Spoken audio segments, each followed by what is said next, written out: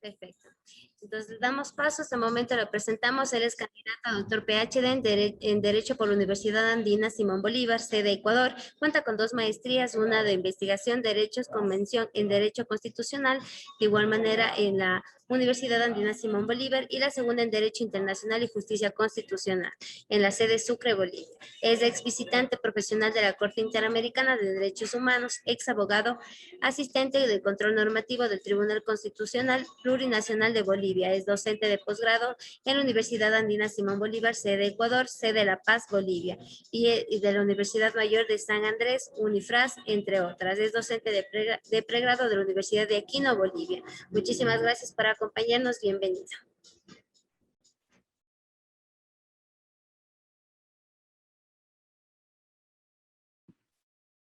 Gracias, Stefa. Mientras el doctor enciende la cámara, que ya está aquí en la sesión, simplemente recordarles que es el último módulo de la escuela.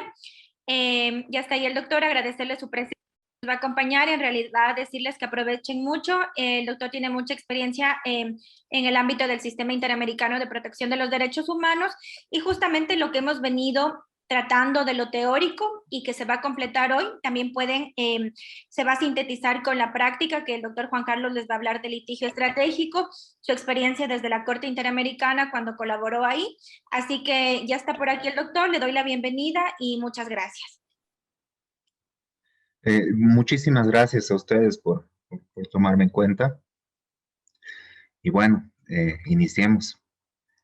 Voy a pasar a compartirles la pantalla y les voy a indicar más o menos qué es lo que eh, pretendo realizar en esta hora y media que tenemos, ¿verdad? Voy a compartir la pantalla, por favor.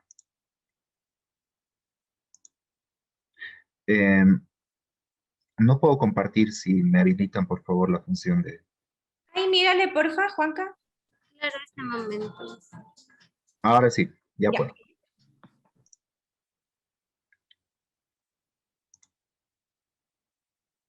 Bien. Bueno, lo que vamos a hacer a partir de este momento es analizar el Sistema Interamericano de Derechos Humanos. Esto lo vamos a hacer desde una óptica estructural, ¿no? Vamos a ver un poquito de la estructura. Luego vamos a ver algunas cuestiones importantes respecto al procedimiento que se da en el mismo Sistema Interamericano de Derechos Humanos. Y finalmente vamos a concluir analizando algo de jurisprudencia respecto a un derecho que dado el contexto, ¿no? El contexto de la pandemia, el contexto del boom también de las TICs, ¿no? De las nuevas tecnologías de la información, principalmente el Internet, vamos a analizar un poquito la jurisprudencia respecto a la libertad de expresión. Y vamos a ver o qué problemas ya se empiezan a plantear desde el Sistema Interamericano de Derechos Humanos, ¿no? Vamos a tratar de analizar tanto estos componentes estructurales como teóricos, eh, también combinados con con algunas cuestiones prácticas. Tenemos hora y media, tenemos bastante contenido.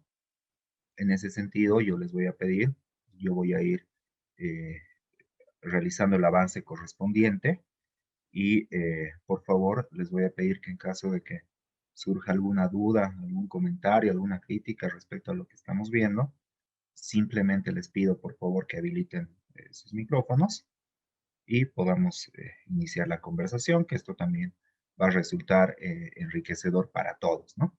La conversación va a ser muy importante, por lo tanto, entonces en ese sentido les voy a pedir su participación en lo que ustedes crean conveniente. Bien establecida la metodología y los temas que vamos a analizar, vamos a iniciar.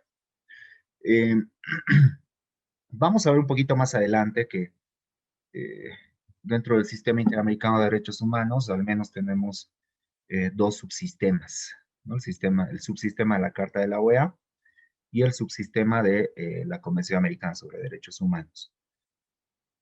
Además, algunos nos señalan que hay un tercer subsistema, y este tercer subsistema deviene de la jurisprudencia de la Corte Interamericana de Derechos Humanos y todo lo que tiene que ver con el control de convencionalidad, ¿no? Ahí tenemos algunos leading cases o casos líderes que, por ejemplo, tenemos ahí Radilla Pacheco, ¿no? Que nos hablan de las funciones que deben cumplir los jueces interamericanos, ¿no? Y nos dicen, todos los jueces de todos los estados partes de la Convención Americana sobre Derechos Humanos son jueces interamericanos y por lo tanto tienen que realizar el control de convencionalidad.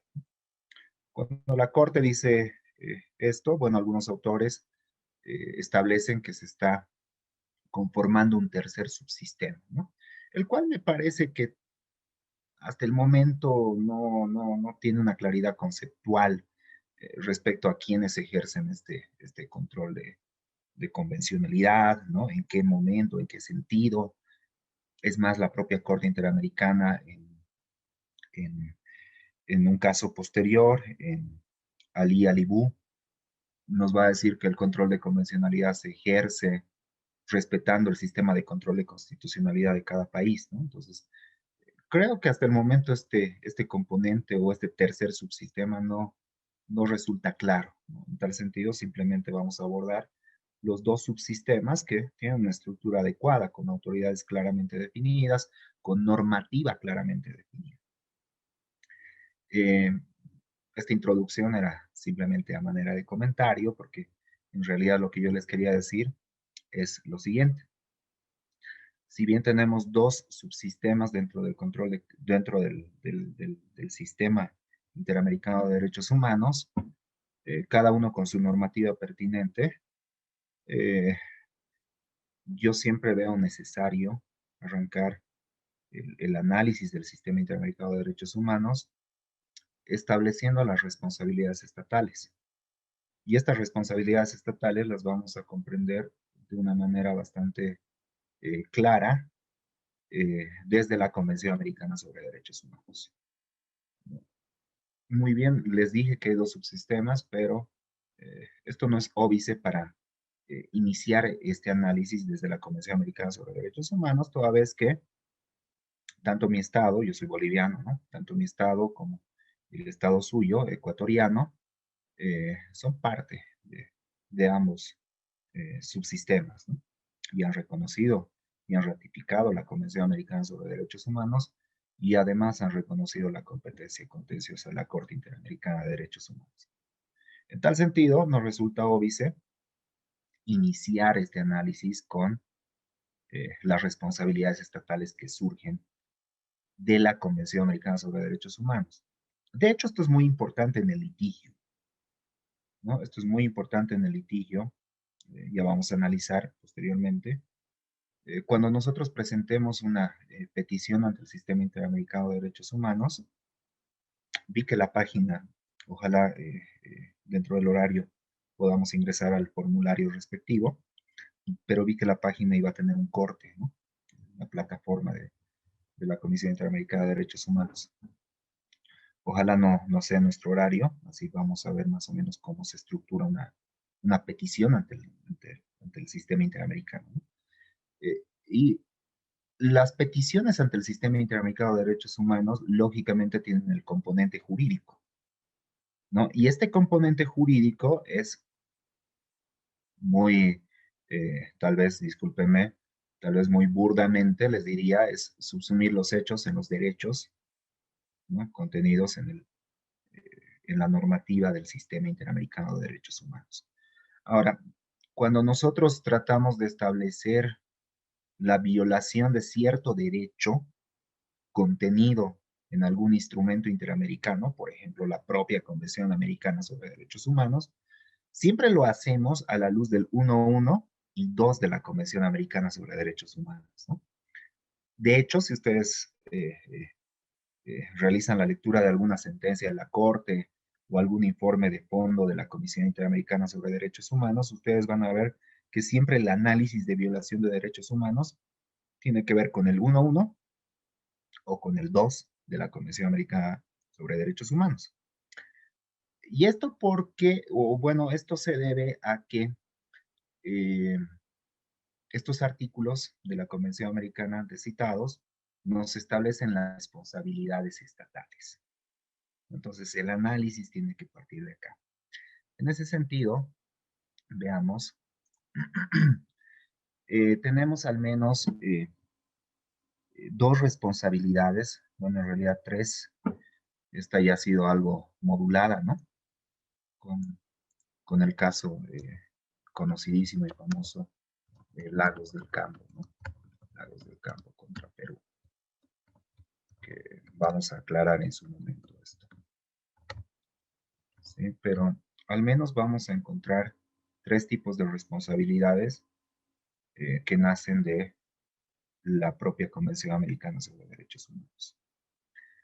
Del 1.1, del artículo 1, numeral primero de la Convención Americana sobre Derechos Humanos, nosotros vamos a extraer la primera responsabilidad estatal, ¿no? Y esto es básicamente la obligación de respetar los derechos, ¿no?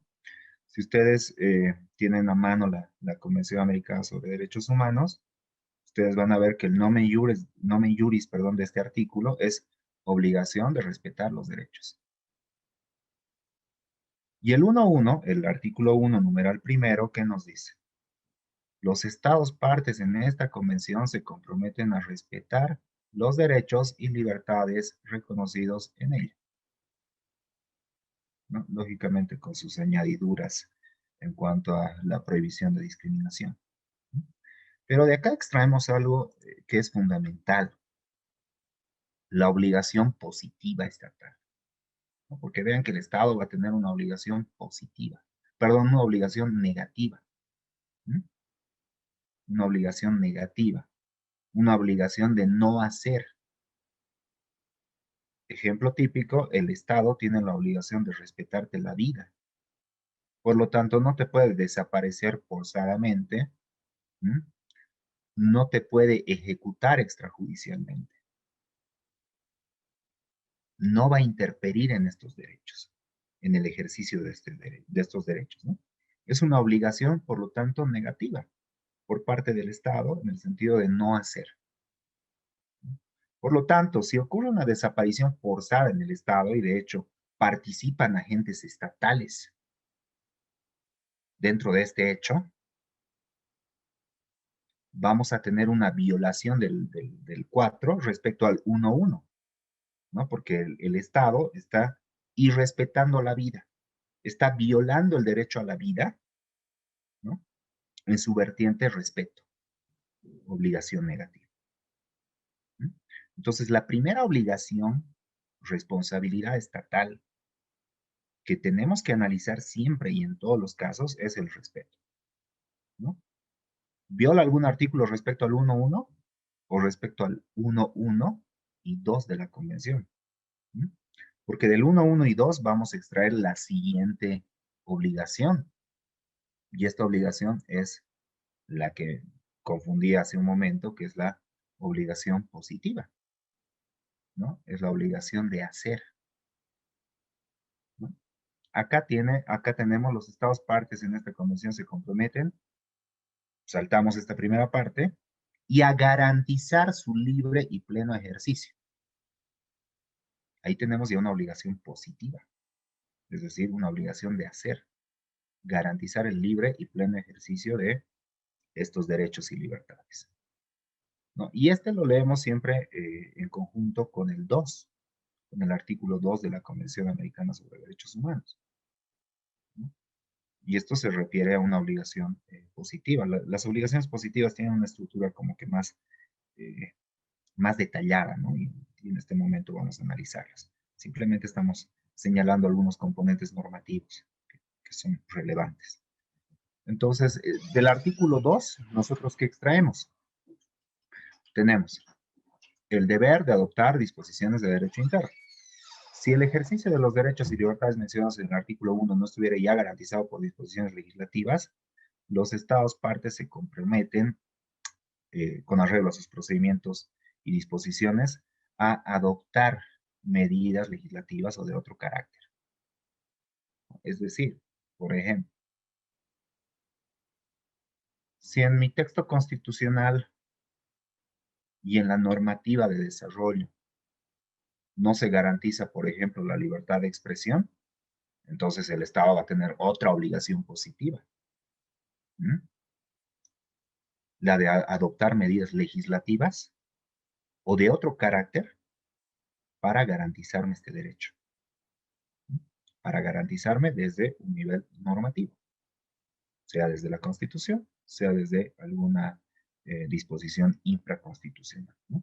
Entonces, la lectura de todos los artículos que están después del 2, ¿no? Del 3 para adelante, siempre los tenemos que realizar y los tenemos que leer siempre en coherencia con el 1 y el 2 de la Convención Americana sobre Derechos Humanos, ¿no? De ahí vamos a extraer, lógicamente, los niveles de responsabilidad estatal. El primero que hemos visto es la obligación negativa, que es básicamente el respeto, no hacer. Y luego tenemos una obligación como que más detallada, ¿no? Que es la obligación positiva. El Estado tiene la obligación de hacer ciertas cosas. De la lectura del 1.1 y del 2, tenemos al menos estos 4 niveles de obligaciones positivas, ¿no? Que van desde la prevención hasta la reparación, ¿no? Desde la prevención hasta la reparación. ¿Cómo se garantiza un derecho humano? Primer paso, prevenir.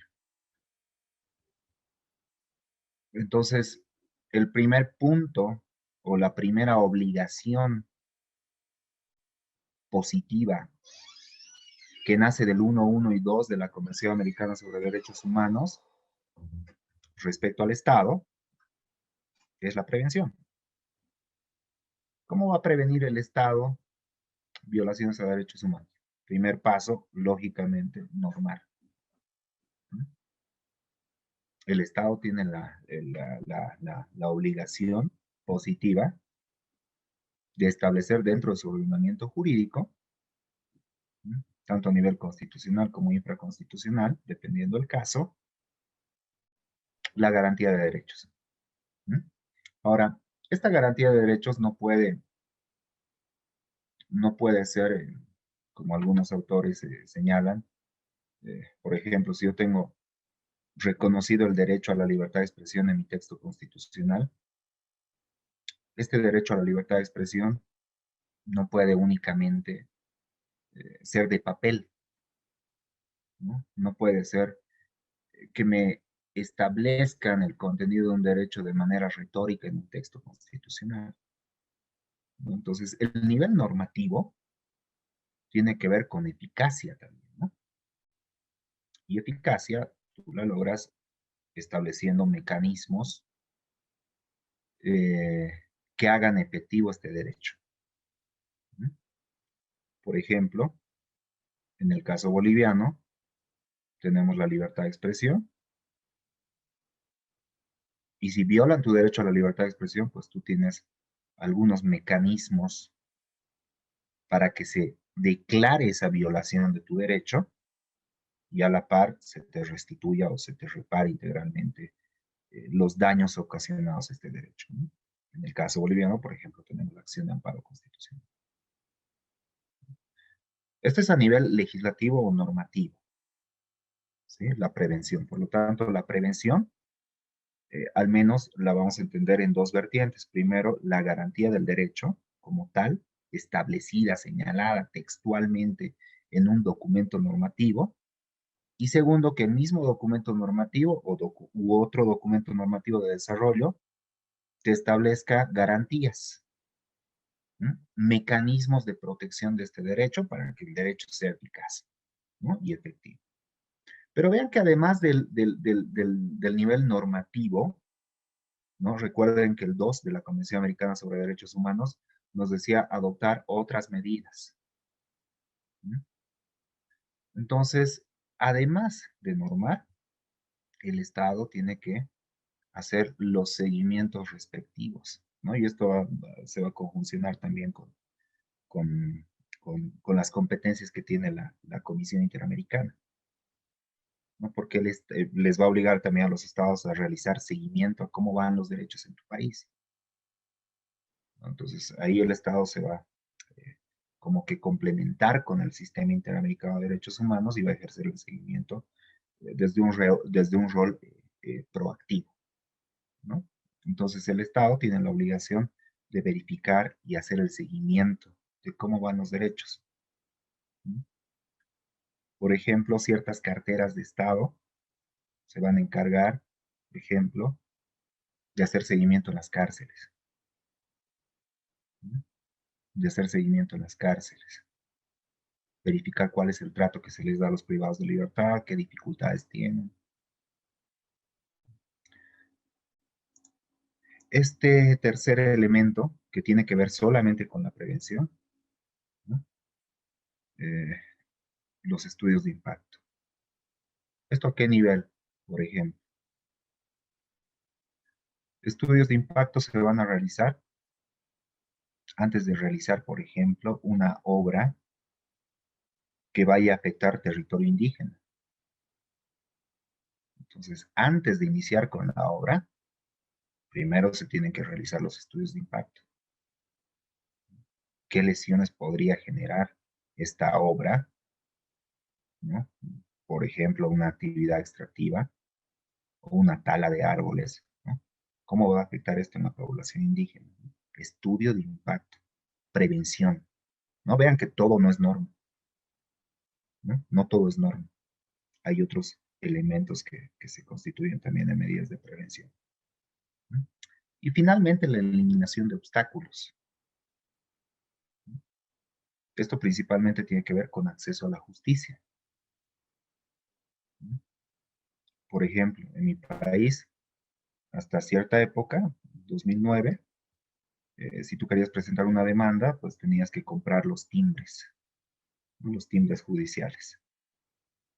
Por lo tanto, la justicia no es gratuita o no era gratuita hasta ese momento, ¿no? Y entonces, para iniciar una demanda tienes que tener plata, tienes que tener dinero. Y esto se va a constituir en un obstáculo, porque quien no tiene los recursos económicos como para plantear una demanda y comprar los timbres respectivos, pues no tiene acceso a la justicia, ¿no? Y esto vean que tenemos seguimiento, ¿no? Tenemos seguimiento. En seguimiento es que el Estado va a verificar cómo se van cumpliendo los derechos, ¿sí? ¿Cuál es su nivel de eficacia de estos derechos? ¿No? Y va a ir identificando también obstáculos. Con seguimiento, identifico obstáculos y por lo tanto me voy a la última, que es eliminación de obstáculos, ¿sí? Componentes que no te o que no le permiten a la ciudadanía o al común de personas que habitan un estado, ¿no? Ejercer su derecho de manera adecuada, ¿no? Que el derecho realmente se materialice. Nivel prevención, por lo tanto, ¿no? Nivel de prevención. Ahora, este nivel de prevención, lógicamente, en los hechos, no es una garantía absoluta, ¿no? No se constituye en una garantía absoluta. Puede que el Estado sea muy proactivo, ¿no? Y tenga normativa espectacular, tenga acciones de defensas para todos los derechos, aunque esto en algún sentido también puede implicar cierto obstáculo, ¿no? Que luego si gustan les comento. Eh, Puede ser que las carteras de Estado y las distintas instituciones estatales hagan un seguimiento proactivo a cuál es el nivel de cumplimiento y eficacia de los derechos, ¿no? Y estén todos los días eliminando obstáculos. No tenemos un estado ideal, pero pese a que tuviéramos un estado ideal, eh, las violaciones de derechos se van a dar. Sí, se van a dar. Esto a nivel interno, ¿no? Esto a nivel interno. Y aquí hay que hacer una aclaración. Aquí hay que hacer una aclaración. Porque hablamos de eficacia. Bueno, esto a nivel investigador, ¿sí? Hablamos de eficacia vertical Y hablamos también de eficacia horizontal. Eficacia vertical y eficacia horizontal de los derechos. ¿Mm? Estos dos conceptos, principalmente, bueno, en realidad, totalmente el segundo, lo que hace es cuestionar una tradicional idea de que los derechos son límites al poder público, ¿no? Los derechos son límites al poder público. Con eficacia horizontal se cuestiona totalmente esta idea que se tenía respecto a los derechos. Porque, ¿qué es lo que sucede? Los derechos tienen que tener una eficacia vertical, ¿no? Es decir, las autoridades no te pueden violar los derechos, pero a la par una eficacia horizontal. ¿No? Esto quiere decir que las personas individuales, ¿no?, que no son agentes estatales, tampoco te pueden violar tus derechos, ¿no? Y esto sucede muy a menudo. ¿No? Tenemos ocupaciones ilegales, tenemos avasallamientos, tenemos asesinatos, homicidios, ¿no? Es decir, las personas comunes y corrientes también te pueden violar tus derechos. ¿No? En ese sentido, tenemos lógicamente la eficacia horizontal, es decir, la estructura principalmente judicial, ¿no? La estructura principalmente judicial no solo y únicamente te tiene que dar mecanismos, acciones, eh, demandas contra el poder público, contra el Estado, sino también contra los ciudadanos, ¿no? Contra los particulares. Ahí tienes eficacia horizontal. En tal sentido, si un particular te viola el derecho a la vida o al derecho a la vida de un familiar, entonces se activa esta segunda obligación que es positiva también, la obligación de investigar, que tiene que ver con eficacia horizontal principalmente. ¿Sí? Si un tercero, si un particular mata a un familiar tuyo, pues entonces el aparato estatal se tiene que activar a través del órgano judicial, a través del Ministerio Público. Y lo que se tiene que hacer es una investigación. Se tiene que investigar el hecho. Tu nivel de prevención falló. Tienes normas muy bonitas, tienes un estado proactivo, pero pese a todo ello falló. Cuando falla este primer nivel, entonces tú ingresas al segundo. Obligación positiva de investigar. Esto tiene que ver mucho con derecho a la verdad, ¿no? Con derecho a la verdad tiene que ver mucho un desarrollo interesante del propio sistema interamericano, ¿no? Entonces se va a activar esta segunda obligación positiva, que es la de investigar. Y la investigación tiene que ser, pues, bueno, tiene que cumplir algunos componentes. Por ejemplo, ahí tenemos un caso, favelas de Brasilia contra Brasil. No sé si escucharon el caso, es un caso espectacular para analizar este segundo nivel de la obligación positiva, ¿no? Pasa que hay una expedición a una de las favelas de Brasilia, se mete la policía y la policía es violenta, en el caso concreto, ¿no? Viola a menores de edad, a mujeres menores de edad, eh, asesina a otros niños también y también adultos. Y luego la policía es la que comete estos hechos, ¿no? La policía comete estos hechos, estas violaciones a derechos humanos de una favela en, en Brasil, ¿no? ¿Y quién investiga? La policía. O sea, la policía le investiga a la propia policía. Entonces, en el caso concreto, la Corte Interamericana mandó un mensaje súper importante, ¿no? Dice, si el propio órgano que investiga se investiga a sí mismo, o sea, la policía investiga a la policía, tú tienes que garantizar la independencia. ¿No? O sea, el nivel de investigación también tiene que gozar de independencia. No puede haber injerencias. ¿No? Si no tienes de otra, y bueno, tu estructura, Ministerio Público y su brazo operativo, que al menos en Bolivia también funciona así, es la policía se encarga de la investigación, entonces mínimamente tienes que garantizar que estos policías que vayan a investigar un hecho cometido por otros policías, ¿no? Tengan independencia. ¿Cómo garantizas esta independencia? Pues mínimamente rangos, ¿no? No va a ser eh, creíble que un suboficial investigue a un coronel por este nivel jerárquico que hay en la policía. Entonces tenemos este tipo de problemas, ¿no? Por lo tanto, la investigación tiene que ser eficaz e independiente. Y esta investigación, bueno, tiene que concluir, ¿no? Ahorita estamos hablando de cuestiones penales, pues concluirá con una em, acusación o en su defecto con un sobreseimiento, si es que el hecho no se tipificó como delito, si es que el hecho no existió, ¿no? Y si pasa lo contrario, pues entonces llevemos a juicio el caso. Llevemos a juicio y garanticemos el segundo nivel, sanción. ¿No? Sanción. Entonces, no funcionó prevención, investigas, tienes una investigación adecuada,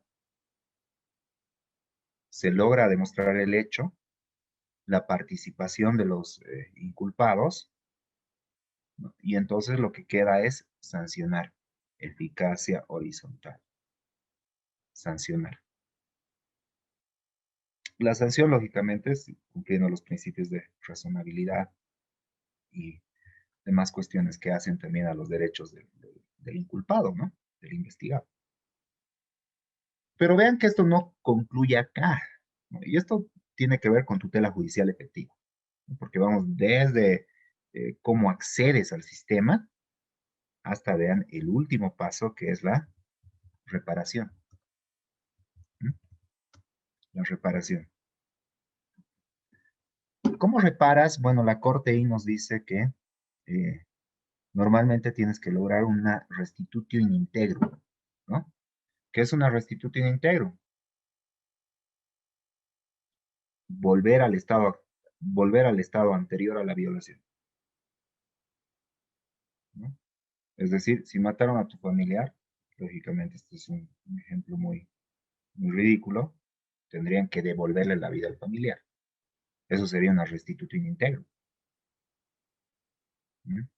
Pero en casos graves de violación de derechos humanos, como los que conoce la Corte Interamericana, normalmente la restitución no va a ser dable, ¿no? Y de hecho, quienes teorizan respecto a la reparación integral nos van a decir, la mínima violación a un derecho humano jamás va a poder ser restituida integralmente, ¿no? O sea, la restitución de esta figura del restitutum integrum es ciertamente inalcanzable, ¿no? Ejemplo, veamos un ejemplo leve.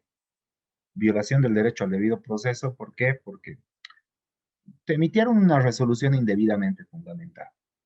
¿Cómo se restituye? O al menos normalmente, ¿cómo se restituye? Bueno, se declara la violación, se deja sin efecto esta resolución y se le dice al juez, emite una nueva resolución debidamente fundamentada. Y parece ser que se cumplió el restituto íntegro. Pero yo creo, y de hecho la Corte es muy gráfica en esto, cuando ocurre una violación de un derecho, cualquier derecho, eh, es como cuando, por eso les dije que es gráfica, es como cuando tú lanzas una piedrita a un estanque de agua, ¿no? Y tú ves que se van formando como ondas, ¿no? Empiezas acá y se van formando ondas. Lo mismo ocurre cuando violas un derecho. Violas el derecho, ahí está la lesión, ¿no? Pero por el carácter, por ejemplo, interdependiente de los derechos, esta violación que puede ser chiquita o puede al menos aparentar ser muy leve, genera estas ondas y genera otro tipo de violaciones, ¿no? Por ejemplo, pagar un abogado para que te elabore tu acción de protección, extraordinaria de protección o amparo constitucional. Y hay una lesión económica, por supuesto. El tiempo. ¿Quién te devuelve el tiempo? ¿No? Entonces, la restitutio in integrum es ciertamente inalcanzable. Por lo tanto, entonces, este es un desarrollo que lo tenemos desde el primer caso contencioso que resolvió la Corte Interamericana, ¿no? Velázquez Rodríguez. Como no se va a lograr una restitutio in integrum, entonces tenemos que abordar otro tipo de medidas de reparación, ¿no? Y esto lo vamos a ver más adelante, tiene que ver con teoría del daño. O sea, tú tienes que identificar qué daños se han ocasionado y a partir de estos daños y esta tipología de daños que tú vas a identificar, pues tienes que ir estableciendo medidas de reparación integral, ¿no? Entre ellas tenemos medidas de rehabilitación, ¿no? Por ejemplo, si hay una afectación médica o psíquica, pues el Estado tendrá que pagarle o el culpable, ¿no? Tendrá que pagarle a la víctima atención médica, ¿no? Medidas de satisfacción, normalmente una disculpa pública, ¿no? O lo que la Corte siempre hace, ¿no? Publíquese párrafos tal, tal, tal y tal en un medio de circulación nacional. ¿No? Medidas de compensación, ¿no? Que estas tienen que ver ya con el tema pecuniario, ¿no? Y vamos a tener eh, medidas indemnizatorias por daño material e inmaterial, ¿no? Que son desarrollos muy interesantes de la Corte. Y aquí me comí una palabra, ¿no? Las garantías de no repetición. Establecer ciertas medidas para que estos hechos no vuelvan a suceder. Por ejemplo, la capacitación a los servidores públicos. ¿Mm? Bueno, los jueces mucho incurren en indebida fundamentación. Hay que capacitarlos. ¿Para qué? Para que ya no sigan emitiendo este tipo de sentencias o resoluciones. ¿Mm? O bueno, la policía en el caso Favela de Brasilia excedió en cuanto al uso de la fuerza. Entonces tenemos que capacitar a la policía para que estos hechos no vuelvan a repetirse. Vean que todo se desprende del 1.1 y 2 de la Convención Americana sobre Derechos Humanos. Estoy avanzando bastante lento, así que voy a empezar a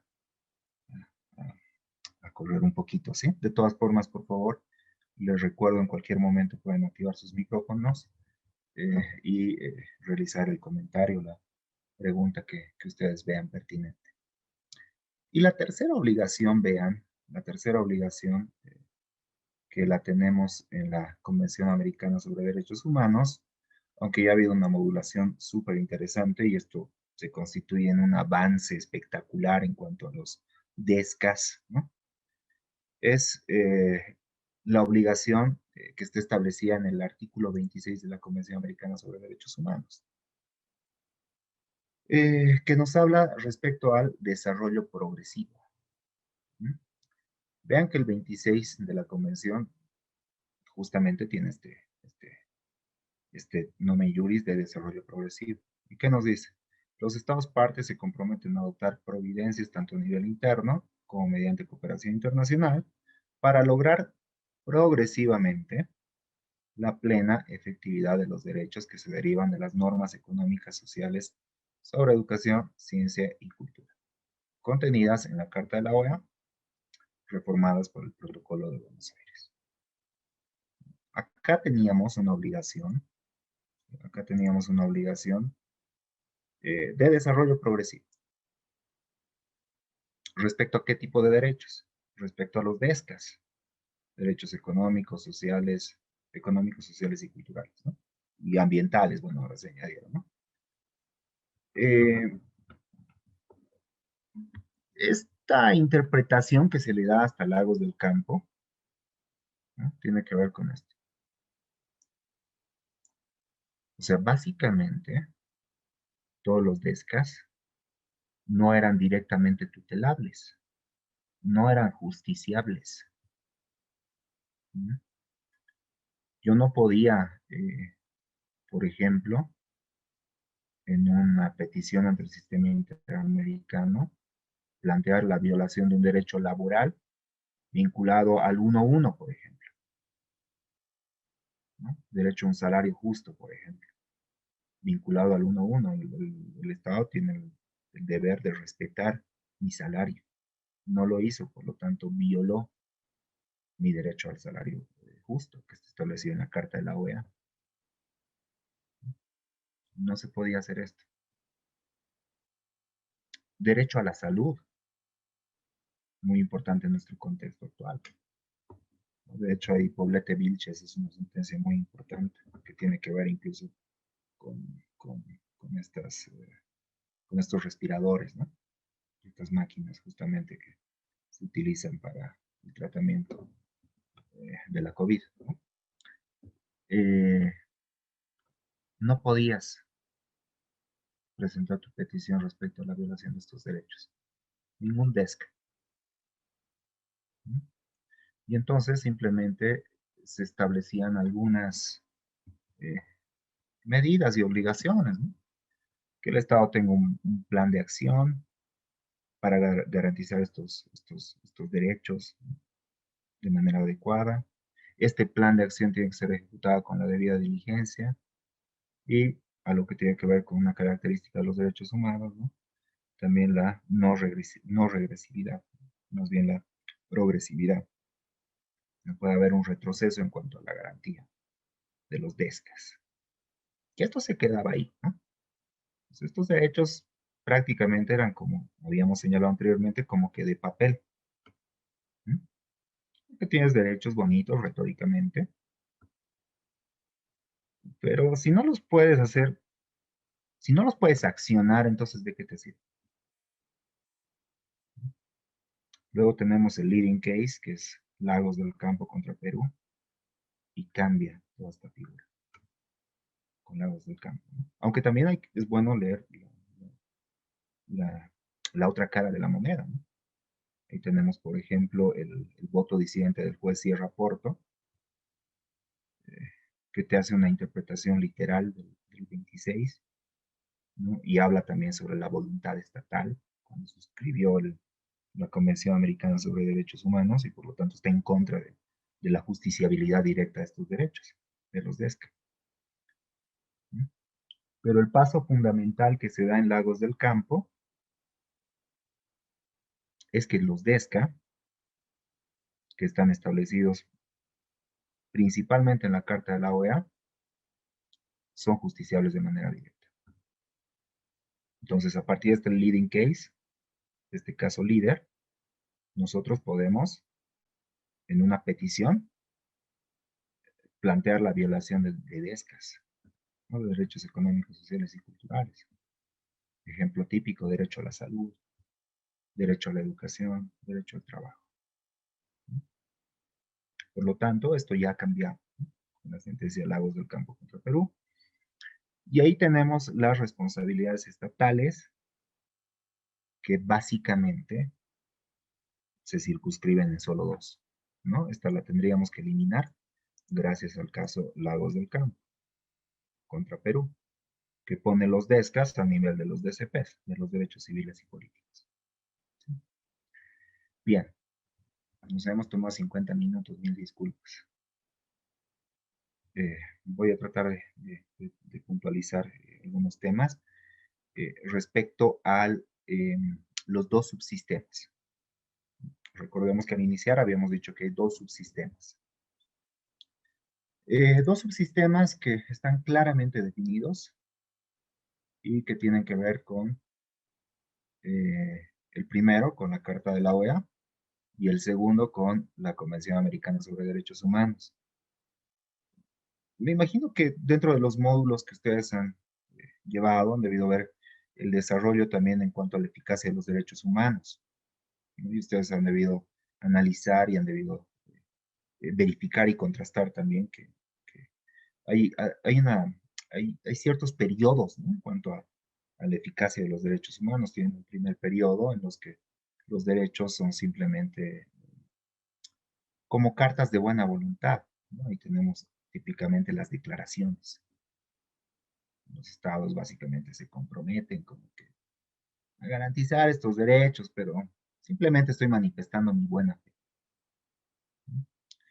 Luego ya tienen el segundo periodo en que ya se empiezan a tratar convenciones y establecer ciertas obligaciones, ¿no? Principalmente en cuanto a vigilancia de los derechos, ¿no? Entonces se van a establecer ciertas instituciones internacionales que se van a encargar de vigilar que los estados cumplan con los instrumentos internacionales sobre derechos humanos. Este es típicamente el caso del subsistema de la Carta de la OEA. Vamos a tener una Comisión Interamericana de Derechos Humanos que nace del artículo 106 de la Carta de la OEA, ¿no? Con la principal competencia de vigilar que los estados cumplan con sus deberes asumidos en la propia Carta de la OEA. O sea, básicamente esto es, simplemente tenemos un órgano, ¿no? Tenemos un órgano que nace de cierto instrumento interamericano, que en el caso concreto es la Carta de la OEA, cuya función primigeniamente es de vigilancia, ¿no? Verificar que los estados no violen los derechos humanos, ¿no? La Comisión Interamericana, por lo tanto, es parte del primer subsistema, el subsistema de la Carta de la OEA. Y, como dijimos, su principal labor va a ser, en un inicio, la vigilancia de los derechos humanos. Verificar que los estados vayan cumpliendo. Pedirles informes, ¿no? Y esto vean cómo se va a traducir en ciertas competencias que tiene actualmente la Comisión Interamericana de Derechos Humanos. Acá les estoy citando alguna normativa interamericana eh, eh, que está en la página web también del sistema. Ustedes entran www.cidh.oas.org y en documentos básicos ustedes van a poder acceder a toda esta información. De hecho, más adelante yo les estoy dejando los links también en esta presentación que se las voy a compartir también, para que puedan acceder a estos documentos básicos, aunque estoy seguro que ya deben tener conocimiento de los mismos, ¿no?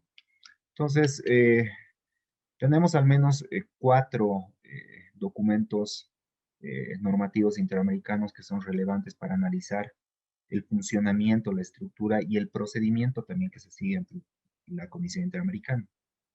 La Carta de la OEA, la Convención Americana, pero para algunos estados, como es el caso ecuatoriano y boliviano, por ejemplo, el estatuto de la comisión y el reglamento de la comisión. En el estatuto vamos a ver principalmente cuestiones estructurales y en el reglamento procedimentales, ¿no? Que tienen que ver con el procedimiento.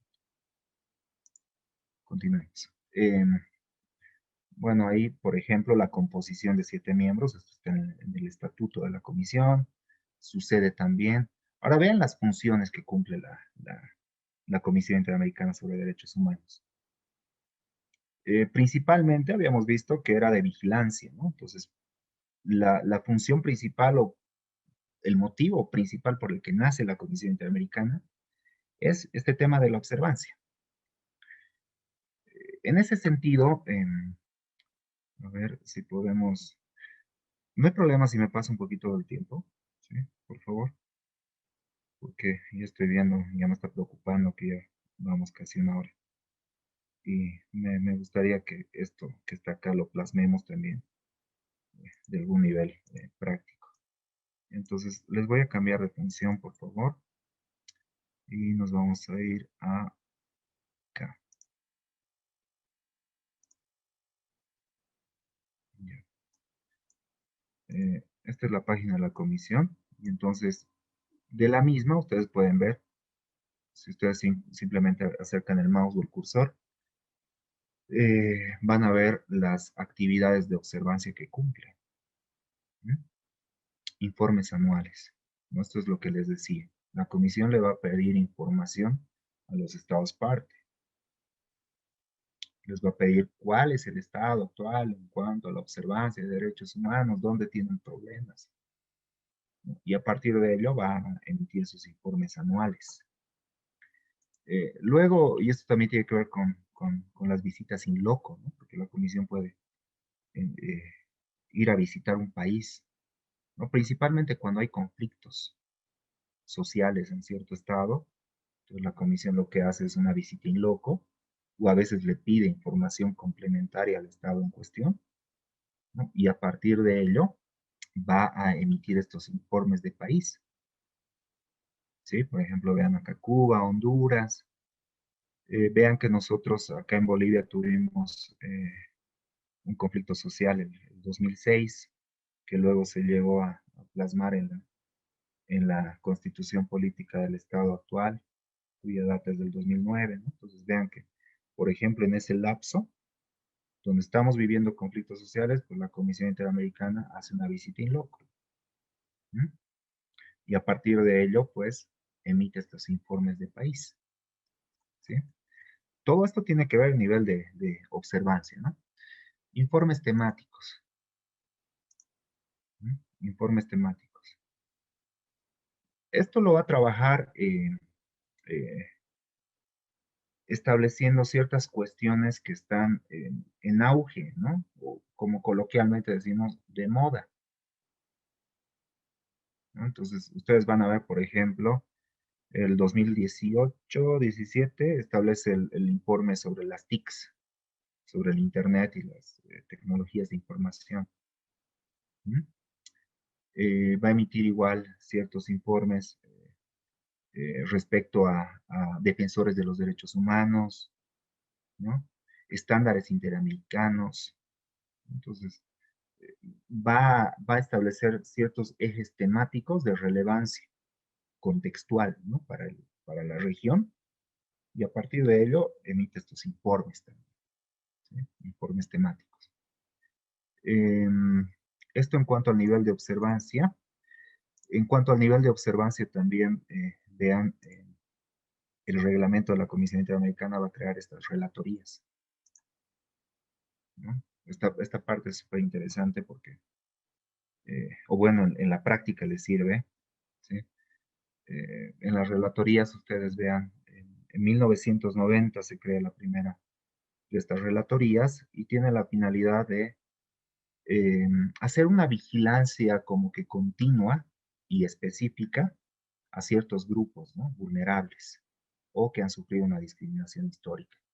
Entonces ahí tienen, por ejemplo, la relatoría sobre los derechos de los pueblos indígenas, de las mujeres, personas migrantes, privados de libertad, niñez, ¿no? Etcétera. Y lo interesante de estas relatorías es que, por ejemplo, si tú ingresas a la relatoría sobre los derechos de los pueblos indígenas, entonces tú vas a tener un montón de material, ¿no? Para trabajar un caso. Entonces, por ejemplo, tienes aquí una sistematización en cuanto a decisiones y jurisprudencia de la Corte, ¿no? Informes de fondo, de admisibilidad de la propia comisión que tenga que ver con pueblos indígenas y también sentencias de la Corte Interamericana que tengan que ver con pueblos indígenas. Tenemos informes, tenemos un montón de documentación sistematizada que nos sirve para nosotros plantear un caso o estudiar un caso de manera adecuada, ¿no? Nos facilita la tarea en cuanto a la búsqueda de información. ¿Sí? Y bueno, y finalmente tenemos su función cuasi jurisdiccional, ¿no? Decimos cuasi porque este prefijo nos señala una condición de cierta cosa o persona eh, cuyo resultado nunca se va a alcanzar, ¿no? En este sentido decimos que la comisión es un órgano cuasi jurisdiccional, porque parece jurisdiccional, ¿no? Tú presentas tu petición primero ante la Comisión Interamericana de Derechos Humanos, eh, luego vas a pasar por ciertos filtros, ¿no? Se te va a emitir un informe de admisibilidad, luego te va a pedir que te pronuncies sobre el fondo, lo propio al Estado, y vas a tener como que un proceso contencioso ahí con el Estado, y finalmente se va a emitir un informe de fondo, ¿no? Entonces parece ser jurisdiccional, pero en los hechos no lo es, y nunca lo va a ser, ¿no? Y esto porque, vean, vamos a tener informes de admisibilidad, de inadmisibilidad, de solución amistosa y de fondo. Veamos cualquier informe de fondo, por ejemplo, ¿sí? ¿Y por qué no es jurisdiccional? Em, Vean que, primero, para empezar, no emite sentencias, ¿no? No emite sentencias. Como sí va a hacer la Corte Interamericana, ¿no? Que lógicamente sí va a emitir sentencias. Y entonces, a lo máximo que llega la Comisión Interamericana de Derechos Humanos es a el informe de fondo, ¿no? Y vean en el informe de fondo, acá tenemos conclusiones, ¿m? Simplemente se va a establecer si se han violado o no se han violado derechos, ¿no? ¿Y qué es lo que va a disponer? Recomendaciones, ¿no? O sea, lo máximo que llega y aspira a la Comisión Interamericana es a recomendar al Estado. Muy distinto de disponer e imponer medidas de reparación integral, como lo hace la Corte Interamericana en sus sentencias, ¿no? Por eso es que la Comisión Interamericana principalmente se va a constituir en un mecanismo de vigilancia y observancia de derechos humanos, y en el tema contencioso se va a constituir como un órgano cuasi jurisdiccional. Cuasi porque no emite sentencias y máximo llega a recomendaciones. Bien, continuamos avanzando. Les voy a volver a cambiar de función.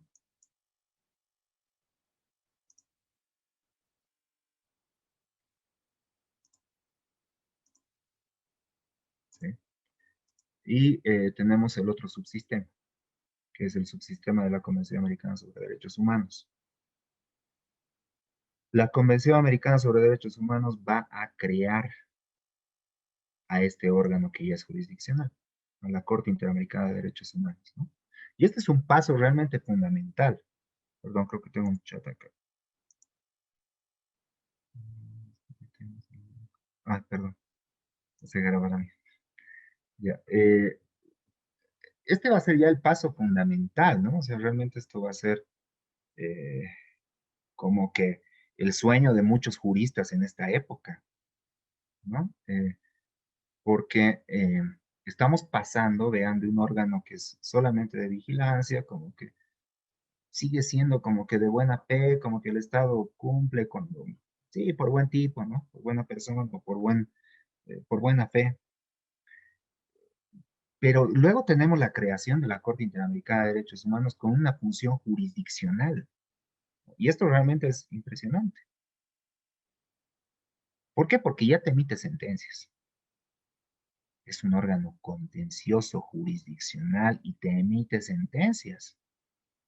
Entonces tú ya diste un paso fundamental. Tú ya tienes eficacia total de tus derechos. O sea, ya los derechos ya dejaron de ser de papel. Se estableció un mecanismo y un organismo internacional que te garantiza tus derechos y hace que el Estado te repare integralmente. Ese es el paso fundamental de la Corte Interamericana. Lógicamente muchos critican a la Corte Interamericana y dicen, bueno, sí, pero yo nunca he visto un policía interamericano que te haga cumplir las sentencias, ¿no? Pero si ustedes revisan la página de la Corte Interamericana, ustedes van a encontrar también sentencias sobre el cumplimiento de sentencias. Y van a ver que los estados normalmente cumplen las sentencias. Bueno, ahí tenemos un caso aparte, digamos, que es el caso venezolano, ¿no? Que incluso ya ha denunciado la Convención Americana. Bien, entonces, el subsistema de la Convención Americana, lo importante es que va a crear la Corte Interamericana de Derechos Humanos. Ahora, ¿por qué hacemos esta distinción entre subsistemas? Porque tiene que ver con un tema procedimental. ¿Mm? Primero, porque es parte de la estructura, y esta es la parte estructural. Y segundo, porque también nos sirve como un inicio respecto a la parte procedimental, que lo vamos a empezar a ver. Vean lo que va a pasar. Procedimiento. Me voy a adelantar un poquito, ¿sí?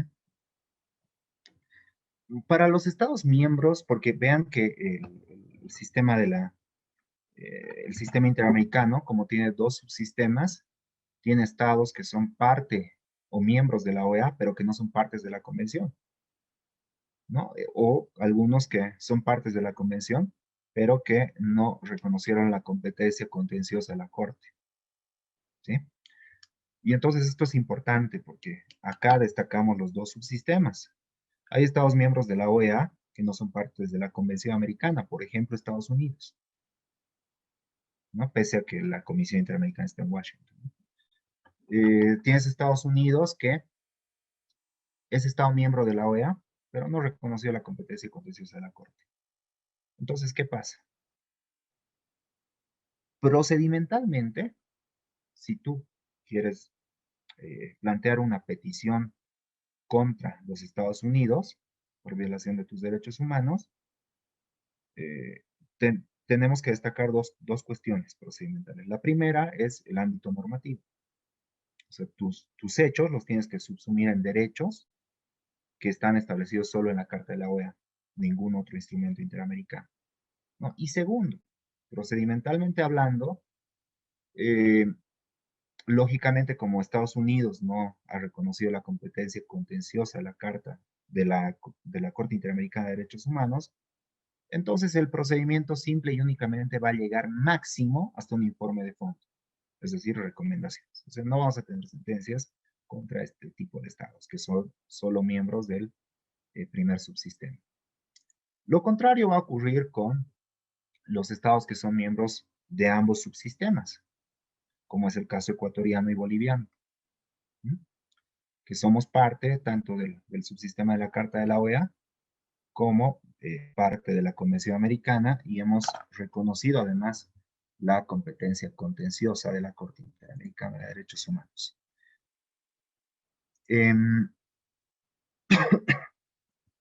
Entonces, el procedimiento, ¿sí? El procedimiento va a ser el siguiente.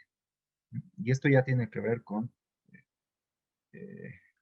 la parte del litigio estratégico, ¿no? Siempre es imprescindible, ¿no? Si ya queremos plantear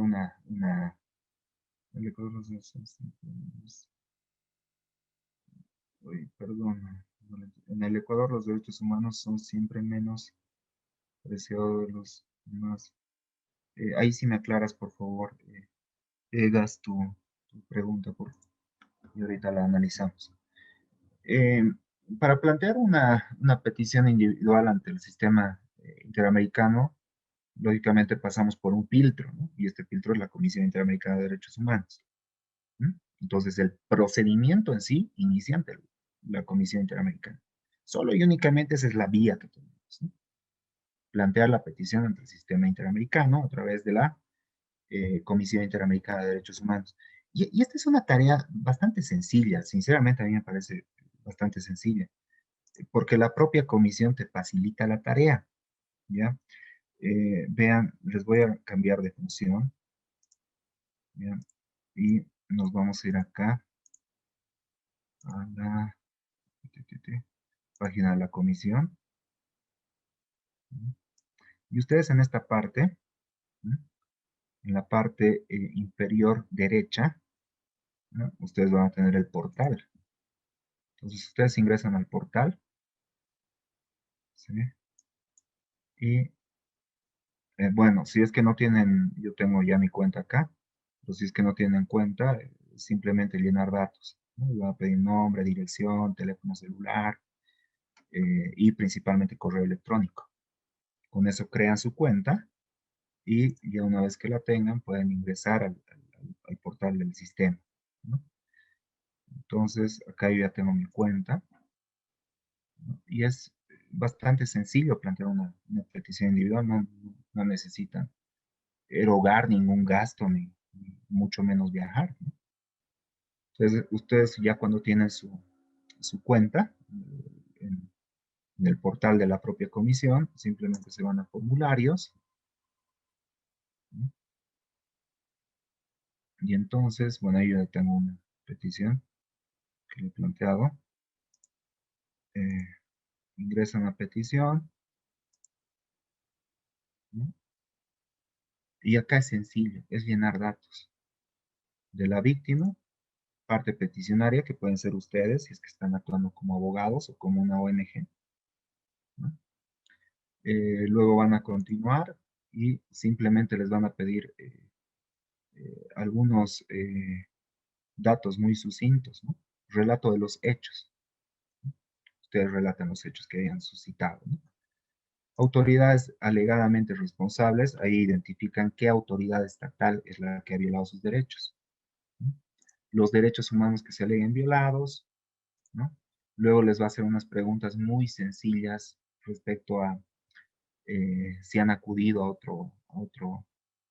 otro sistema, ¿no? Si están dentro del caso. Y finalmente, ¿no? Y antes de iniciar con todo este llenado del formulario, siempre es recomendable que tengan ya los documentos escaneados, ¿no? La prueba que van a presentar. Y la prueba siempre agrúpenla en documentos que no excedan los 20 megas. Sencillo, ¿no? Y con esto envían su petición, ¿no? Ahora, ¿qué elementos ya jurídicos se tienen que tener en cuenta para plantear una petición? Perdón, tenemos unos chats aquí. Buenas noches, ¿es necesario haber agotado? Sí, justamente a eso vamos ahorita, Norma, ¿sí? Vamos a ver los requisitos para plantear esta petición. Nuevamente les voy a cambiar de, de- de función, por favor. Esta computadora. Ahí sí. Ya.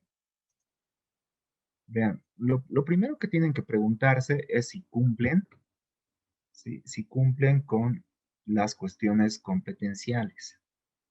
Es decir, si el sistema interamericano es competente o no para resolverle su caso.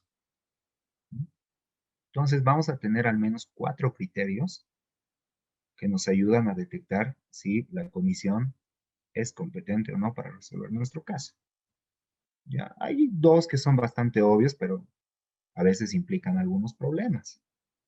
Primero, y esto es un desarrollo jurisprudencial también, lógicamente, tenemos que preguntarnos la competencia en razón de la persona. O sea, ¿quién puede plantear una petición? ¿Ya? Y esto es, lógicamente, cualquier persona. Grupo de personas u ONG. ¿Mm? ¿Un ciudadano chino puede plantear una petición ante el sistema? Por supuesto que sí. Lógicamente, si el hecho ha ocurrido dentro de un Estado miembro del sistema interamericano, ¿no? Un ciudadano japonés, alemán, también, ¿no? Cualquier persona, ¿sí? Cualquier persona. Acá tenemos que tener mucho cuidado porque cuando decimos cualquier persona estamos excluyendo a las personas jurídicas. Las personas jurídicas no pueden plantear peticiones ante el sistema, ¿sí?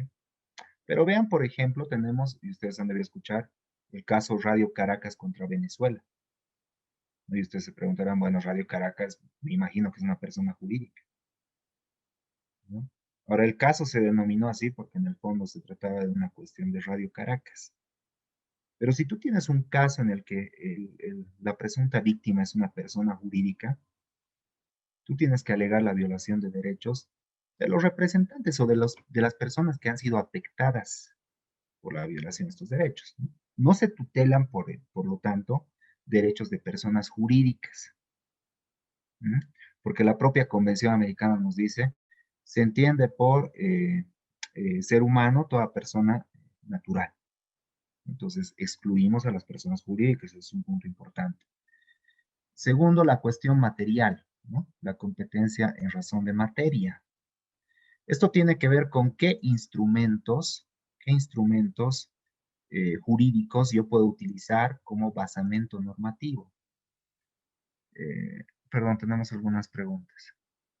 Lauro, eh, según su criterio, ¿por qué siempre el Estado ecuatoriano es sancionado por la Corte? ¿Será que nuestros administradores no cumplen o tutelan el derecho de las personas quienes claman por justicia? Eh, esta es una, te la puedo responder de manera técnica. ¿No? Bueno, la respondamos ahora. Pasa que, mira, se me fue el nombre del caso, pero yo me animo a decir que el 99% de los casos que llegan ante la Corte Interamericana declaran la violación de derechos humanos. ¿Esto por qué? Porque pasas por bastantes filtros. Ustedes hagan el ejercicio, ¿no? Cuando tengan un caso que puedan plantearlo ante el sistema, ahorita lógicamente estamos viendo qué elementos tenemos que considerar, pero cuando puedan plantear un caso ante el sistema, ustedes van a ver que llegar a un informe de admisibilidad es terrible. O sea, al menos te va a tomar unos 2, 3 años. Admisibilidad, ¿no? Luego que se pronuncie sobre el fondo, te va a tomar otros años. O sea, tú pasas por unos filtros realmente fuertes. La Comisión Interamericana sobre Derechos Humanos es un filtro. La comisión cuando manda un caso, deriva un caso ante la Corte Interamericana, lo hace con mucho sustento, tanto normativo como práctico, normativo como probatorio, ¿no? Entonces, es por ello que técnicamente, cuando un caso llega a la Corte Interamericana, tú podrías apostar que la Corte Interamericana va a declarar la violación de algún derecho. ¿Sí? Es en ese sentido que vas a tener sentencias siempre contra los estados, ¿no? Ahora, tú también, o te podría responder esta pregunta desde un ámbito positivo. ¿Por qué hay tantas sentencias contra el Ecuador? Eso es bueno.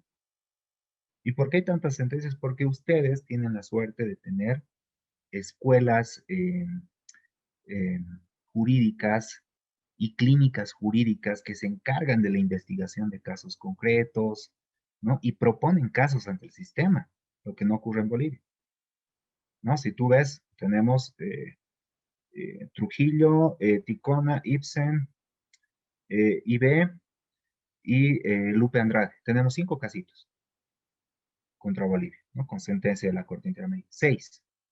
Eh, Pachecosco, ¿no? Me estoy olvidando. No hay más. ¿Esto por qué? Por una falta de interés. Acá en Bolivia muy pocos abogados se dedican a estas cuestiones, ¿no? No tenemos clínicas jurídicas que se dediquen a esto. ¿Tienes clínicas jurídicas? Sí, pero no se dedican a la investigación de casos y al tratamiento de casos, ¿no? Entonces, ahí tú tienes un punto a favor, por ejemplo, ¿no? Astrid,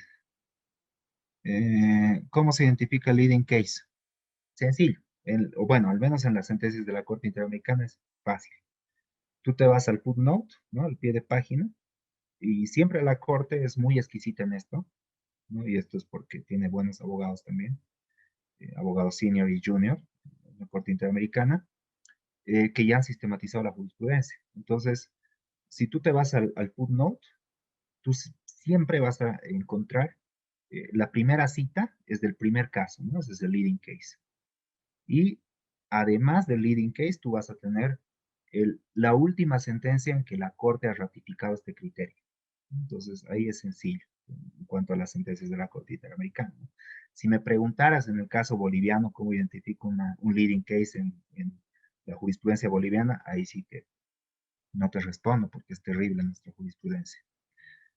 Eh, Karen, ¿se puede realizar un estudio de impacto cuando la población indígena no se ve involucrada, sino no como derechos de la... Bueno, Normativamente, internamente sí, porque tu constitución sí reconoce derechos de la naturaleza, ¿no? Acá en Bolivia tienes derechos de la naturaleza o de la Pachamama, pero haciendo un ejercicio hermenéutico muy amplio, ¿no? Que va desde leer con cierto sentido el preámbulo de la Constitución, y en tal sentido tú podrías responder que sí, ¿no? Ahora, si este caso tú lo quieres plantear ante el sistema interamericano, no lo tienes que enfocar desde derechos de la naturaleza, ¿no? Porque el sistema interamericano solo y únicamente te va a tutelar derechos humanos. Entonces tú podrías plantear el caso como un DESCA, ¿no? Derechos ambientales, ¿no? Impacto ambiental, no necesariamente que vaya a impactar en una población indígena, pero sí al medio ambiente, ¿no? Eh, caso, sí. A ver, de los casos que han llegado a la Corte, ¿cuál considera que es el que más ha sentado precedentes a nivel... Uy, ya me quedan 10 minutos. Eh, ¿Les parece si a ver, hacemos lo siguiente? Voy a puntualizar algunos temas procedimentales para que esto no quede colgando, por favor. Y luego, de mi parte no hay problema, yo me puedo quedar unos 10, 20, no sé, lo que ustedes quieran para responder las preguntas que me faltan. ¿Sí? ¿Les parece bien? ¿Sí? Bien, entonces continuemos. Voy a hacerlo rapidito. Ya, entonces estábamos en ratión de materia, ¿no? En razón de materia. Entonces tenemos que subsumir los hechos en derechos que estén garantizados en instrumentos interamericanos, ni más ni menos, ¿no? Acá tenemos el listado. Ahora, esto no implica, vean, y esto tiene que ver también con parte del litigio estratégico, la Corte Interamericana dice que tenemos un corpus juris, ¿ya? Es decir, estos derechos que están establecidos en este bloque de normativa interamericana, los tienes que interpretar o los puedes interpretar a la luz de otros tratados internacionales de derechos humanos que no necesariamente son del sistema interamericano, e incluso a la luz de tu jurisprudencia o de tu normativa interna. El ejemplo típico y paradigmático de todo esto es el caso Mayagna Huastini contra Nicaragua, ¿no? ¿Qué pasa en el caso? Tú tienes una población indígena que su propiedad había sido afectada, ¿sí? Su propiedad había sido afectada. Pero el dilema acá es que si tú lees el 21 de la convención, dice propiedad privada. Y en el caso de esta población indígena Mayagna Huastinis, por su cosmovisión, no comprenden el derecho a la propiedad privada. Entonces, más bien se trata de un derecho a la propiedad colectiva. ¿Tienes derecho a la propiedad colectiva textualmente en la Convención Americana? No, no lo tienes. Pero ¿qué hace la Corte Interamericana en este caso, no? Y esto es muy importante. Recurre al concepto de corpus juris interamericano, ¿no? Y entonces lee el artículo 21 a la luz del convenio 169, ¿no? Y dice, Nicaragua es parte del convenio 169 y el convenio 169, de este convenio 169 tú puedes extraer el derecho a la propiedad colectiva y por lo tanto el 21 en caso de poblaciones indígenas tú lo puedes leer como propiedad colectiva, ¿no? Y se genera esta suerte de derecho a la propiedad colectiva de forma meramente hermenéutica, ¿no? Interpretativa, gracias a este concepto del corpus juris, ¿no? Esto es importante porque cuando nosotros planteamos una petición, ustedes vieron en el formulario, en la parte de derechos, nosotros podemos echar mano de este concepto, del corpus juris, ¿no? E interpretar los derechos de la normativa interamericana a la luz de nuestra propia normativa, nuestra propia jurisprudencia o tratados internacionales respecto al caso concreto, que no necesariamente son interamericanos, ¿no? Razón materia. Competencia, razón del lugar, el hecho tiene que haber ocurrido dentro del territorio de un Estado parte, ¿no? Y en razón del tiempo, ¿no? Vean que aquí hay un primer criterio temporal que tenemos que tener en cuenta. La Convención Americana sobre Derechos Humanos o cualquier instrumento interamericano surte efectos desde la ratificación para adelante, no para atrás. ¿Mm? Por ejemplo, Bolivia ratificó la Convención Americana en el 97. Pero si ustedes revisan los tres primeros casos, Ticona, Trujillo e Ibsen, van a ver que los hechos datan del 82, 86, ¿no? Perdón, 72, 82, un periodo de dictaduras. Y entonces no se cumple este criterio en razón del tiempo. Bueno, la Corte Interamericana nos va a decir que va a haber una excepción. Por regla general, la temporalidad de la norma va para adelante desde la ratificación y no para atrás. Pero excepcionalmente, cuando hay violación continua de derechos humanos, entonces el sistema interamericano sí va a tener competencia para conocer el caso. ¿Mm? Caso típico y paradigmático, desaparición forzada de personas, ¿no? Porque la violación es continua. No importa cuándo ocurrió, de hecho no sabemos cuándo es que murió esta persona o fue deportada, etcétera. ¿Mm? La violación es continua porque el cuerpo o la persona no aparece. ¿Mm? Entonces, estos cuatro criterios tenemos que tenerlos muy presentes a la hora de plantear nuestras peticiones. ¿Qué requisitos tenemos que tener en mente? Primero, las competencias, el nivel competencial, que ya lo hemos desarrollado, y luego algunos requisitos. Estos requisitos están establecidos en el artículo 28 de la Comisión Interamericana, del reglamento de la Comisión Interamericana. Si ustedes plantean una petición a través del portal web de la Comisión, no les va a resultar nada complejo, simplemente ustedes tienen que decir sí, no, y luego establecer y mandar la última notificación, ¿no? En calidad de prueba, nada más. Pero lógicamente, antes de nosotros plantear un caso, nosotros nos tenemos que hacer estas tres preguntas. Primero, ¿he agotado los recursos internos? ¿No? Lo que alguien nos preguntaba.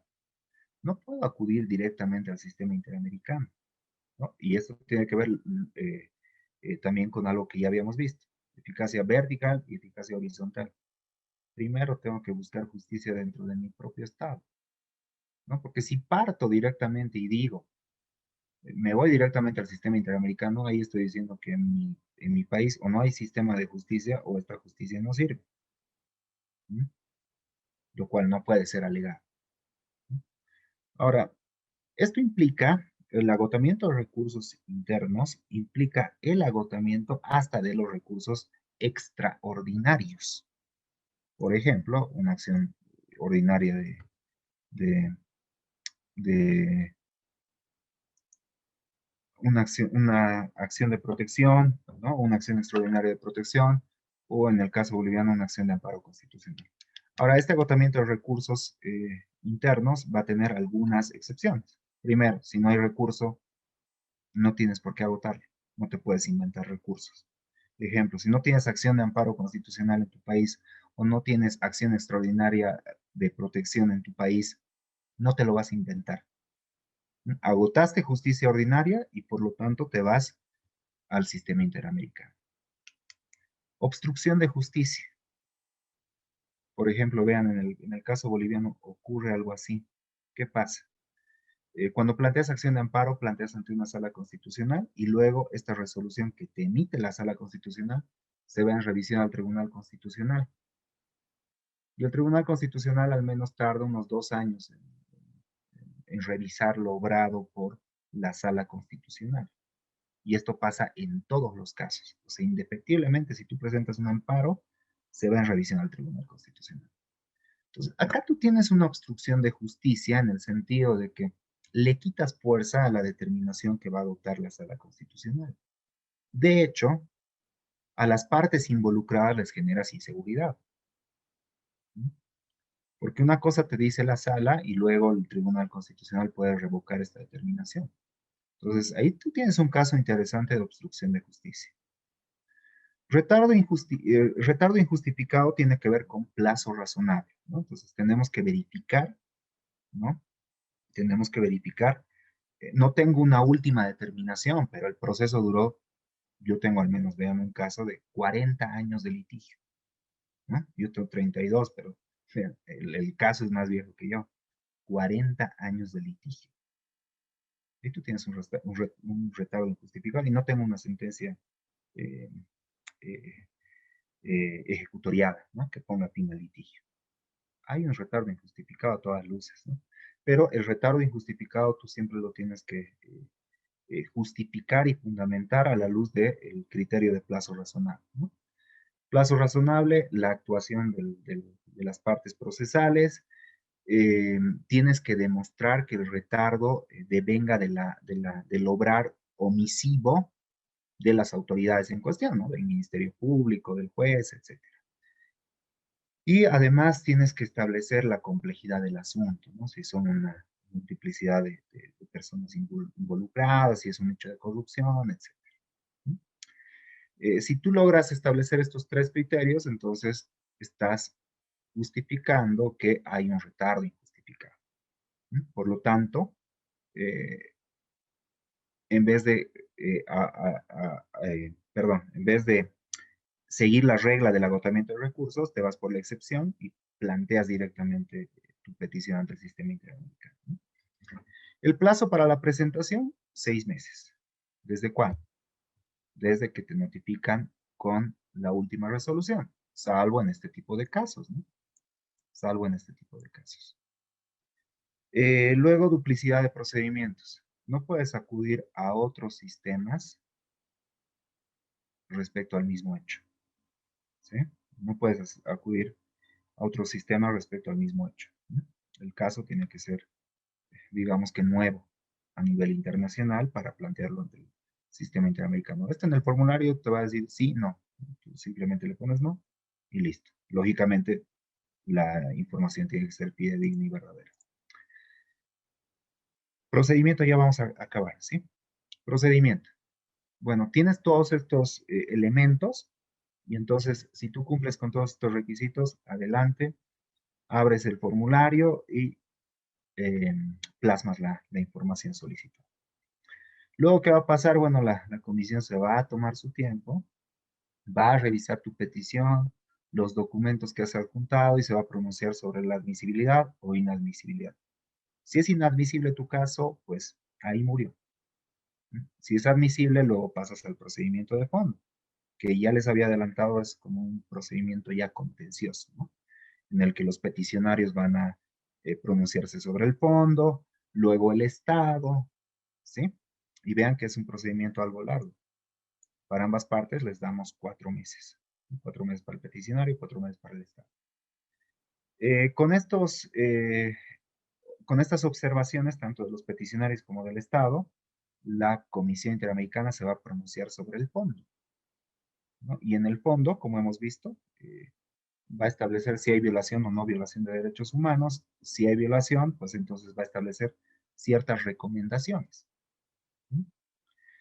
Finalmente, se va a decidir el sometimiento del caso o no a la Corte Interamericana. Vean que el procedimiento para llegar a la Corte es bastante arduo, ¿no? Hay muchos filtros que se tienen que pasar. ¿Qué criterios utiliza la comisión para someter un caso? Primero, la posición del peticionario. Segundo, naturaleza y gravedad de la violación. Tercero, esto es importante y esta es una actividad que también tienen que tomarla en cuenta para ejercer el litigio estratégico. Tienen que fundamentar por qué su caso es interesante, ¿no? Y esta es una actividad meramente creativa, ¿no? Ustedes busquen qué tipo de casos, o sobre qué tipo de hechos y derechos la Corte todavía no se ha pronunciado. Entonces, ahí el caso va a ser interesante. ¿Para qué? Para que la Corte desarrolle jurisprudencia o aclare la jurisprudencia que ya se tiene. Eh, y finalmente, y esto también ustedes lo pueden justificar, ¿no? En la posición del peticionario, si el caso es importante o no para que, por ejemplo, el Estado en cuestión modifique su ordenamiento jurídico. ¿Sí? O sea, una sentencia de la Corte vaya a obligarle al Estado a modificar su ordenamiento jurídico. Y esto ocurre, ¿no? Por ejemplo, recuerden el caso, la última detentación de Cristo contra Chile, en el que la Corte le obligó a cambiar la constitución a Chile, y Chile lo hizo, ¿no? Bueno, si el caso llega a la Corte Interamericana de Derechos Humanos, pues el procedimiento ya eh, es como que más reducido, ¿sí?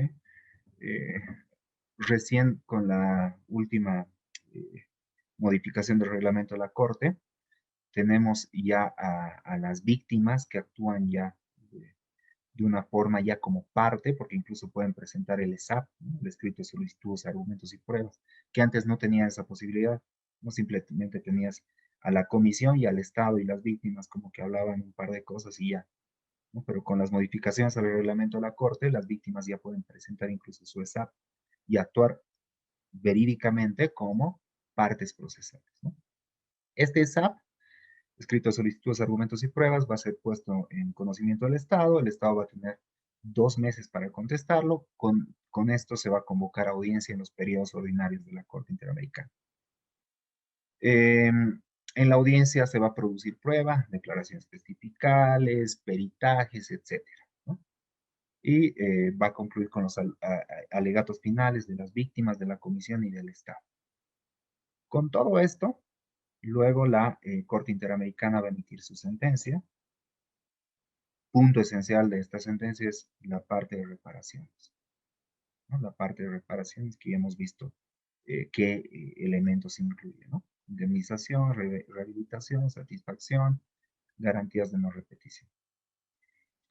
Notificada la sentencia a las partes, tienen 90 días para solicitar la interpretación, ¿no? Esto porque puede ser que la sentencia no sea clara en algún monto o en algún aspecto que haya desarrollado jurisprudencialmente, ¿no? Y luego vean, y esto tiene que ver con la eficacia también del sistema interamericano, hay una fase de supervisión. Los estados tienen que informar a la Corte cuál es el avance en cuanto a las medidas de reparación impuestas, ¿no? Y esto también se notifica a las víctimas y las víctimas pueden realizar sus observaciones y con esto la Corte Interamericana emite sus sentencias sobre el cumplimiento de sentencias, ¿no? Y ahí ustedes pueden tener una buena fuente para analizar si estas sentencias se cumplen o no. Bien, entonces hasta aquí yo llegaría con la presentación de este tema. Como ustedes pueden ver, el tema da para más, pero nos podemos quedar unos minutos más resolviendo las dudas, críticas o cuestiones que hayan surgido, por favor. Muchas gracias por su atención y perdón por el exceso en cuanto al tiempo. Muchas gracias a ti, Juan, que realmente, como dices, el tema da para mucho más.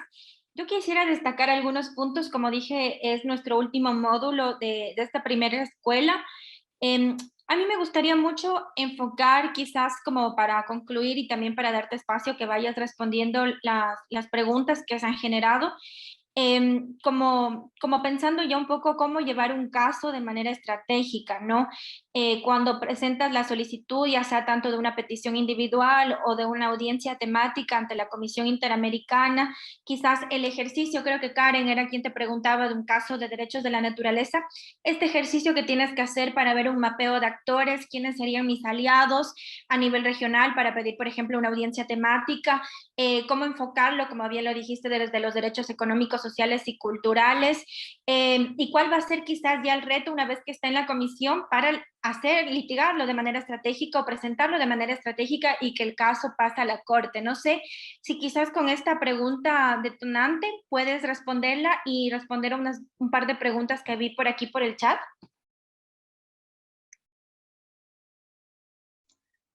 Ya, o sea, vamos con la pregunta que tú acabas de lanzar. O sea, ¿qué consejos podría dar, digamos, para allá? Bueno, el litigio estratégico va a depender de una parte técnica, ¿ya? De una parte técnica, y otra parte, digamos, y que también influye bastante, que es como que más práctica y